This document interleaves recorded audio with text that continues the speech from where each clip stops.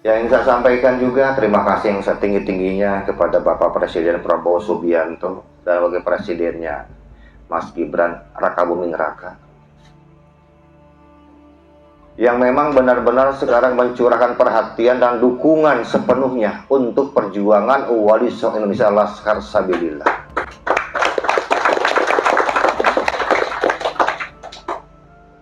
Buktinya mana? Buktinya mereka mengutus langsung Jenderal Dudung dan Jenderal Nur Wahid kemarin waktu Rakernas di Tangerang, pesantrennya Kiai Imad. Taunya dari mana? Taunya dari mobil yang dipakai. Mobilnya apa? Platnya ada lambang Garuda. Jadi ketika pejabat pemerintah menggunakan mobil dinas, berarti ini adalah dinas kepemerintahan, bukan datang atas unsur pribadi, tidak. Jadi memang betul-betul atas perintah Presiden Prabowo untuk menghadiri Rakernas PWI dan diangkat menjadi Dewan Kesepuhan bersama Mbak Dimyati. Karena itu kesempatan besar bagi kita, tidak perlu takut karena pemerintah sekarang di belakang kita semua. Sampai saat ini tidak ada satupun ahli ilmu dari kalangan mereka yang mampu membantah tesisnya Kiai Imad. Satu. Sampai sekarang. Yang kedua, saya kemudian muncul berbicara dengan Kiai Imad bahwa karya saya untuk menguatkan tesis Kiai Imad dalam bidang Rijalul Hadis. Yang namanya Rijalul Hadis adalah perawi hadis. Perawi hadis ini sudah tercatat dalam kitab-kitab hadis, dalam kitab Sahih, Sunan, Musnad, Mujam, semuanya sudah tertulis, tidak bisa ditambah atau dikurangi. Setuju enggak, Kiai? Nah, karena kajian hadis ya, Rijal hadis ya, kajiannya sangat-sangat objektif. Kita bicara langsung rijalnya, bicara sekarang orangnya. Kalau ada mana namanya dalam kitab apa, kalau nggak ada, ya nggak ada, jangan ngeyel, sudah selesai. Makanya sampai sekarang orang Balawi nggak bisa bantah sekarang kajian Rijal hadis. Kenapa? Karena nama leluhur mereka yang begitu luar biasa diglorifikasi, ternyata tidak tercatat satupun dalam kitab-kitab hadis. Artinya orang ini tidak ada. Nanti saya terangkan kajian ilmiahnya. Apabila mereka menyebarkan kejahatan, kebatilan dengan sangat masif, artinya harus dilawan juga dengan kebenaran secara masif juga. Mereka masif, kita pun harus lebih masif. Kita ini putra-putra Nusantara. Kalau bukan yang meluruskan sejarah NKRI, bukan kita, lalu siapa? Kita ini semua warga Nahdlatul Ulama murni. Kok tiba-tiba ada framing bahwa kita ini ingin menggeser kedudukan Nahdlatul Ulama? Mustahil. Wong kita ini semua orang NU kok. Kalau posisi kita sekarang ingin menggantikan fatwa-fatwa yang disampaikan oleh para petinggi kita dari PBNU, PWNU, PC, MWC, betul. Kenapa? Karena suara mereka sudah terikat oleh sebuah kepentingan. Apa betul fungsi ulama harus membiarkan polemik yang bertahun-tahun? Kenapa sekarang baru speak up? Kenapa sekarang baru ngomong? MUI pernah berbicara tentang polemik ini? Nggak pernah. Apa mereka tahu? Tahu. Majelis Ulama Indonesia, Majelasa, duduk baik gawena. Mana MUI?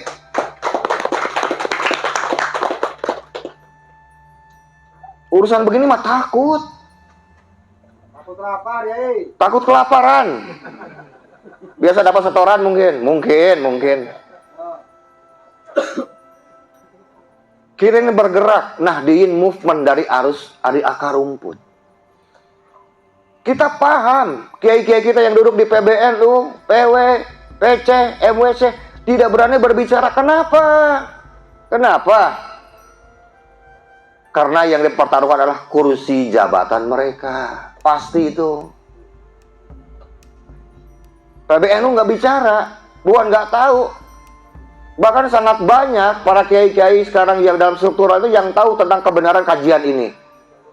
Tapi mereka lebih baik diam dan menyelamatkan kursi jabatan mereka masing-masing. Kita berpikir tentang kedaulatan Republik Indonesia. tentang kedaulatan ideologi Pancasila dan NKRI, berbicara tentang kedaulatan dan warisan Islam Nusantara yang diwariskan oleh para wali songo. Itu yang kita pikirkan. Makanya sangat aneh kok ada Kiai NU membela mati-matian Mbak Alawi. Dikasih apa sih sebetulnya? Dikasih berapa sih? Kok mau-maunya Kiai NU dihina, mereka diam. Betul? Ulama NU diinjak-injak harkat martabatnya, mereka diam. Mbak Alawi dibela mati-matian. Memangnya Mbak Alawi punya jasa apa di negeri ini? Wong mereka jelas dalam sejarah anteknya Belanda, anteknya VOC, penjajah Belanda. Diteruskan oleh anak cucunya sampai sekarang. Dan masih banyak kiai kita yang nggak ngeh bahwa kemerdekaan adalah hak semua bangsa. Kita ingin merdeka secara intelektual. Makanya kajiannya kajian ilmiah, diskusi ilmiah nanti kita. Kita ingin merdeka secara spiritual. Selama ini kita dijajah terus-menerus. Dan saya bicara fakta. Saya ini pengarang buku, Kiai. Saya bicara dengan 3 hal. Cuman 3 poin, paling sedikit. Saksi, bukti, alat, bukti. Kalau saya bicara begitu. Sekarang kita lihat. Yang pertama, memberikan tempat panggung untuk ceramah kepada Mbak Alawi. Siapa lagi kalau orang NU, betul? Kiai-kiai kita yang mereferensikan mereka naik ke panggung. Kalau mereka mengadakan majelis sholawatan, majelis takliman, yang memenuhi majelis mereka apakah sekarang orang mana? Orang Muhammadiyah? Bukan, orang NU, betul? Semua orang-orang NU yang mengangkat derajat, harakat, martabat mereka. Yang suka ngisiin kenceleng itu siapa? Orang NU semua. Yang diminta sekarang kambingnya, sapinya, itu siapa? Orang NU juga. Termasuk istrinya diembat juga itu. Orang NU juga itu. Dan kita masih saja enggak ngeh tentang kejahatan yang terorganisir yang mereka bentuk selama ini. Ini kesalahan para kiai-kiai kita. Jadi mohon dimaafkan kesalahan kiai-kiai kita yang hanya mengandalkan zon. Husnuzon bila hujah fahuwa batil. Berbaik sangka tanpa hujah, tanpa data otentik, tanpa bukti yang tertulis, semuanya batil. Kalau sekarang beragama hanya mengandalkan zon, nggak perlu sekolah, Kiai. Nggak perlu ngaji ke pondok pesantren, nggak perlu ngaji ngalogat kitab, nggak perlu. Hanya mengandalkan zon. Romo-romo kita di PBN sekarang hanya mengandalkan zon. Lah mereka ini sekolah di mana, saya bilang? Nyantrinya di mana? Kita nggak bisa ikut. Dan saya belum pernah menemukan dalil boleh mengikuti kebatilan. Kalaupun ada dalilnya, saya pengen tahu diizinkan untuk mengikuti kebatilan yang berasal dari kiai-kiai tinggi. Mana dalilnya, saya bilang. Kita bicara data. Wah, guru saya juga masih pro Balawi. Maafkan mereka dan doakan. Guru itu salah. Guru kita bukan nabi. Yang maksum cuman kanjeng nabi. Nggak perlu takut bilang guru kita salah. Memangnya kenapa? Imam Syafi'i berbeda pendapat dengan Imam Malik kurang lebih 40 bab. Guru dengan murid bisa berhujah dengan ilmu plus adab. Orang ini pakai adab dulu, ilmunya nggak dipakai, makanya berantakan semua. Wes adab bos umur-umur. Adab di atas ilmu. Siapa yang bilang adab di atas ilmu? Saya tanya. Kalau adab di atas ilmu, orang beradab, orang bisa beradab karena apa? Ya karena ilmu. Berarti ilmu di atas segalanya. Kullu syai'in yahtaju ila ilmin. Setiap perkara butuh ilmu. Laisa ilmu yahtaju ila syai'in. Bukan ilmu yang butuh sesuatu, enggak. Segala perkara butuh ilmu. Ilmu apapun. Wa kullu ilmin yahtaju ila rawi. Dan setiap ilmu butuh perawi. Ya, sudah masuk kajiannya nih, Yai. Butuh perawi, butuh rijalul hadisnya. Kullu ilmin yahtaju ila rawi, laisa rawiyu yahtaju ila ilmin. Bukan perawi yang butuh ilmu. Sekarang perawi bisa menyampaikan ilmu bagaimana kalau ilmunya nggak ada, Kiai? Apa yang mau disampaikan kalau ilmunya nggak ada? Jadi perawi memegang peranan penting, sentral untuk menyampaikan ilmu pengetahuan. Wa kullu tarihin yahtaju ila rawi. Dan setiap tarikh, sejarah, riwayat butuh perawi. Ma'al akhbarillati yahmiluha bitatabu'i kaidahnya. Bersama dengan ilmu yang dibawanya bitatabu'i secara estafet. Secara estafet. Apa nama estafet?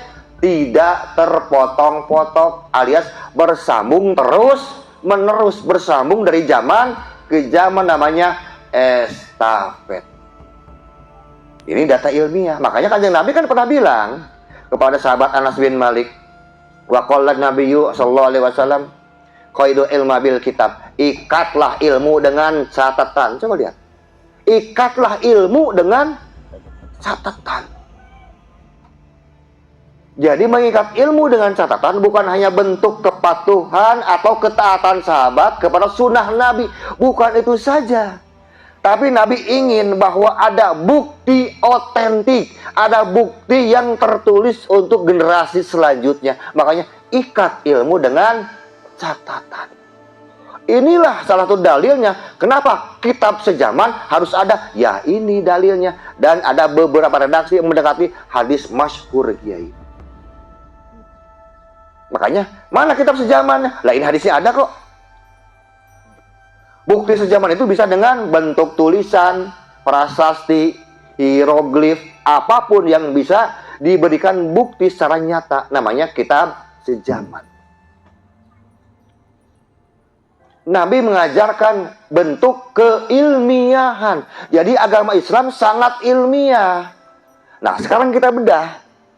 Contoh tadi, Anas bin Malik. Dia sebagai saksi. Saksi apa? Saksi hidup atas keberadaan Kanjeng Nabi Muhammad SAW. Dan bukti nyata bahwa beliau ini meriwayatkan sebuah hadis karena disebutkan namanya menjadi bukti. Lalu alat buktinya mana? Alat buktinya wa qala nabiyyu sallallahu alaihi wasallam qaidu ilma bil kitab. Ikatlah ilmu dengan kitab. Redaksi hadis itu menjadi alat bukti. Jadi perawi menjadi hadis itu menjadi saksi, ya bukti dan alat bukti. Harus memenuhi 3 unsur. Kalau tidak ada, bohong ini. Ayo kita coba sekarang kita cek. Contoh. Kita mengenal Imam Malik, gurunya Imam Syafi'i.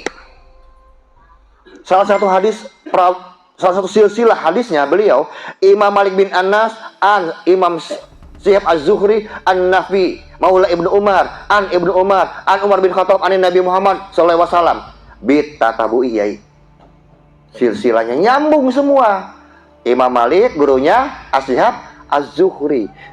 Imam Az-Zuhri muridnya An-Nafi Ibnu Umar. Nafi Ibnu Umar muridnya Ibnu Umar. Ibnu Umar muridnya Umar bin Khattab. Umar bin Khattab muridnya Kanjeng Nabi Muhammad SAW. Dari Nabi Muhammad kepada Imam Malik ada 5 tobakoh, ada 5 tingkatan. Harus ada yang namanya tobakoh tingkatan.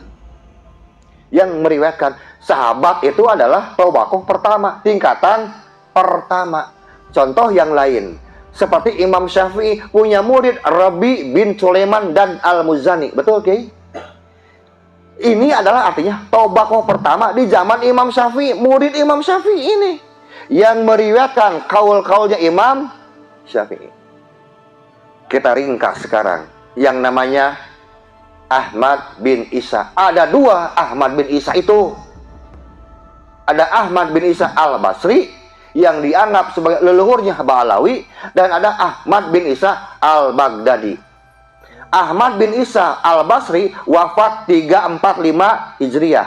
Ahmad bin Isa Al-Baghdadi wafat 350 Hijriah. Cuma 5 tahun bedanya.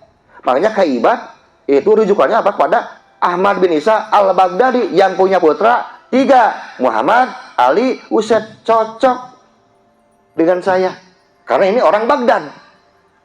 Dia bukan ulama. Makanya Ahmad bin Isa Al-Baghdadi disebut juga dengan Ahmad bin Isa An-Nafat, Ahmad Al-Abah. Beliau adalah seorang pengusaha minyak. Dan beliau bermadzhab Syiah. Kalau tidak Syiah Imamiyah, Syiah Ja'fariyah. Dan keluarganya dari semenjak dulu abad keempat, makamnya sekarang itu di Wadi Salam, daerah Najaf, Irak, sampai sekarang membiayai keluarganya. Dari mulai beliau sampai sekarang masih ada keturunannya membiayai acara festival Karbala. Sampai saat ini masih ada keluarganya. Itu yang asli, yang di Baghdad. Nah, sekarang kita cerita bahwa beliau ini kan bukan ulama, bukan ahli hadis, bukan mustahid mutlak, tapi diriwayatkan dalam 13 sampai 14 kitab. Diriwayatkan, Kiai. Ada namanya. Lah, ini Baghdad, ini Basro, kayak Bandung, Jakarta lah gitu, nempel kotanya deketan. Sekarang Ahmad bin Isa Al-Basri ini lahirnya kan 260 Hijriah. Sekarang kita cek lihat. Saya contoh 4. Kesatu ini Imam Muhammad Ibnu Jarir At-Tabari, lahir 224 Hijriah. Kitabnya kitab Tarikh At-Tabari dan Tafsir At-Tabari. Semua ulama mengetahuinya. Mustahid mutlak mustakil beliau. Ahli hadis, mu'arikh, ahli tafsir, ahli hadis. Segala macam ini ahli segala. Imam Ibnu Jarir At-Tabari 224 Hijriah. Kemudian era kedua, ada lagi Imam At-Tabarani 260 Hijriah. Kitabnya Sunan As-Shagir, Sunan Al-Ausat, Sunan Al-Kabir, dan Musnad As-Samiyin. Orang Irak. Kemudian tahun 260 juga lahir yang namanya Ahmad bin Isa, tahun 260. 1 tahun persis sama dengan Imam At-Tabarani. 1 tahun. Kemudian katanya beliau ini adalah seorang imam, ulama, ahli hadis, dan mustahid mutlak. Katanya, pakai katanya. Setelah ini 260.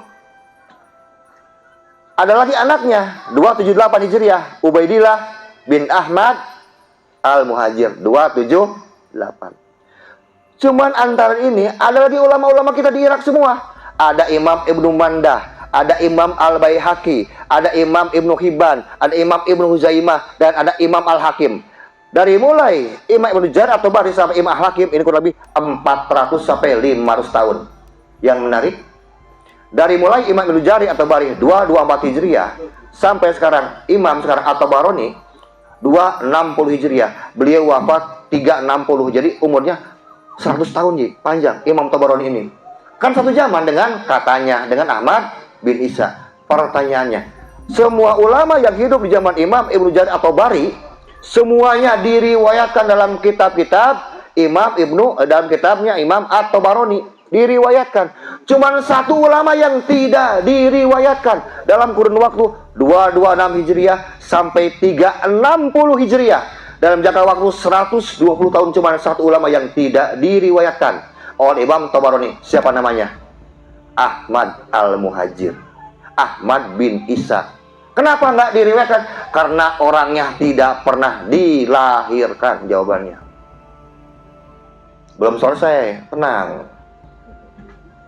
Saya tidak membatalkan nasab, nasab urusan keiman. Sekarang di bawah Imam At-Tabarani ada Ubaidillah bin Ahmad Al-Muhajir 276 atau 278 Hijriah. Artinya umurnya beda antara 16 atau 18 tahun dengan Imam At-Tabarani. Ya. Beliau wafat 360 Hijriah. Ubaidillah 278 atau 276 Hijriah lahir. Kemudian wafat 345, 15 tahun bedanya. Berarti duluan Ubaidillah. Kalau memang betul beliau mustahid, ulama, dan muhadis, lalu kenapa namanya juga dua-duanya tidak tercantum di dalam kitab sekarang? Kitab Sunan As-Shagir, Sunan Al-Ausat, Mujam Al-Ausat, Mujam As-Shagir, Mujam Al-Kabir, dan kitab Musnad As-Samiyin. Kenapa dua-duanya tidak tercatat, tidak terkonfirmasi? Karena dua-duanya tidak pernah dilahirkan.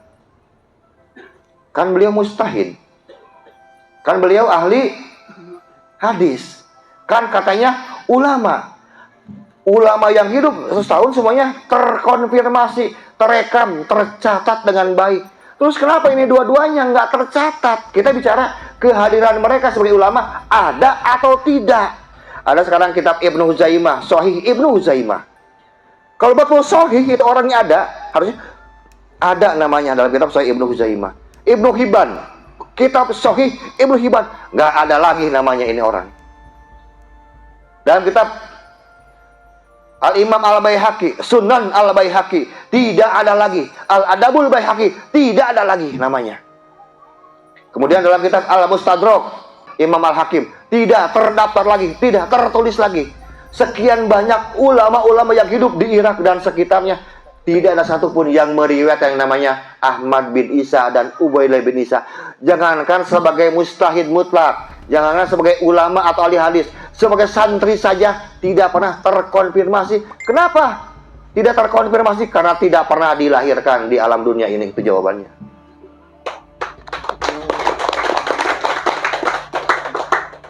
Kita bisa mencek tentang kelahiran Imam Syafi'i dalam kitab Manaqibu Syafi'i karya sekarang Imam Al-Baihaqi.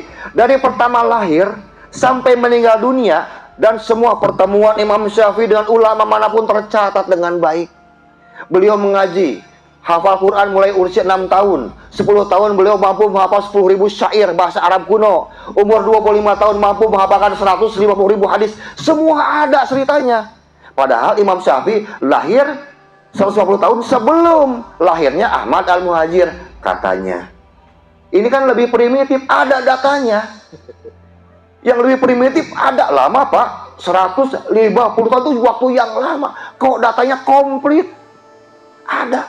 Pertemuan Imam Malik dengan Imam Abu Hanifah, pertemuan Imam Malik dengan Al-Faqih Al-Laits Asy-Sya'ad, As-Samarqand, semuanya ada tercatat. Pertemuan ulama dengan ulama itu ada. Lah, kita ini pertemuan ulama dan ulama ada catatannya. Padahal kita bukan mustahid. Ini sekelas mustahid, nggak ada catatannya, Kiai. Gimana ceritanya saya bilang? Ngeyel bener. Jadi betul-betul ora ono, ora mawujud teu aya. Betul-betul nggak ada. Betul-betul gaib kubro ini mah. Saya bicara tentang data. Kalau ada, ya mana datanya? Saya bilang, coba.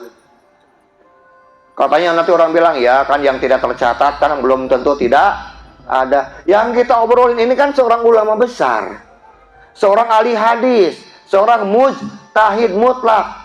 Yang kita omongin ini kan bukan tukang rambutan, bukan tukang roti, bukan tukang bawa rumput, bukan. Kalau mereka nggak tercatat ya wajar. Ini seorang ulama besar, diglorifikasinya, diangkat, disanjung, diberikan gelar luar biasa dalam keislaman, mustahid mutlak. Dan dalam sejarah Islam, saya pernah mengecek itu, kalau sekarang mustahid mutlak bilang misalnya gini, qala Imam Syafi'i, yang saya cek aja itu baru 1.600. Qala Imam Syafi'i 1.600. Imam Malik, Abu Hanifah kurang lebih 1.000 dan 1.200, Kiai. Makanya aneh, kok ada sekelas mustahid nggak pernah berfatwa? Dia ngajarnya di mana? Di mana sih ngajarnya? Kolam. Kita pengen dengar. Qala Imam Ahmad bin Isa. Kan enak ya dengarnya. Ini nggak ada satupun. Atau qala dari anaknya Imam Ubaidillah bin Ahmad bin Isa. Qala. Ya mana kolanya saya bilang? Kolak pisang. Yang ada kolak pisang dan Coca-Cola nanti. Tuh kata Mbah Jarno. Kita bukan ajaran kebencian, enggak. Kita hanya ingin berbicara berdasarkan saksi, bukti, dan alat bukti. Ya mana saya bilang. Coba lihat. Karena tidak ada satupun mustahid, baik mustahid mutlak, mustakil, mustahid mutlak, gair mustakil, mustahid madhab, mustahid morojeh, mustahid fatwa, kecuali mereka semua adalah perawi ilmu hadis. Mereka semua adalah rijalul hadis. Semuanya meriwayatkan hadis. Makanya mana? Sekali lagi, rijalul hadis itu sudah tertulis dalam kitab-kitab hadis. Makanya tidak bisa ditambah dan tidak bisa dikurangi. Makanya mana yang namanya Ahmad bin Isa dan Ubaidillah bin Ahmad bin Isa? Ada dalam kitab apa? Kalau memang betul mustahid. Kalau memang betul sekarang ulama ahli hadis, mana kitabnya? Ternyata ono bohong lagi itu.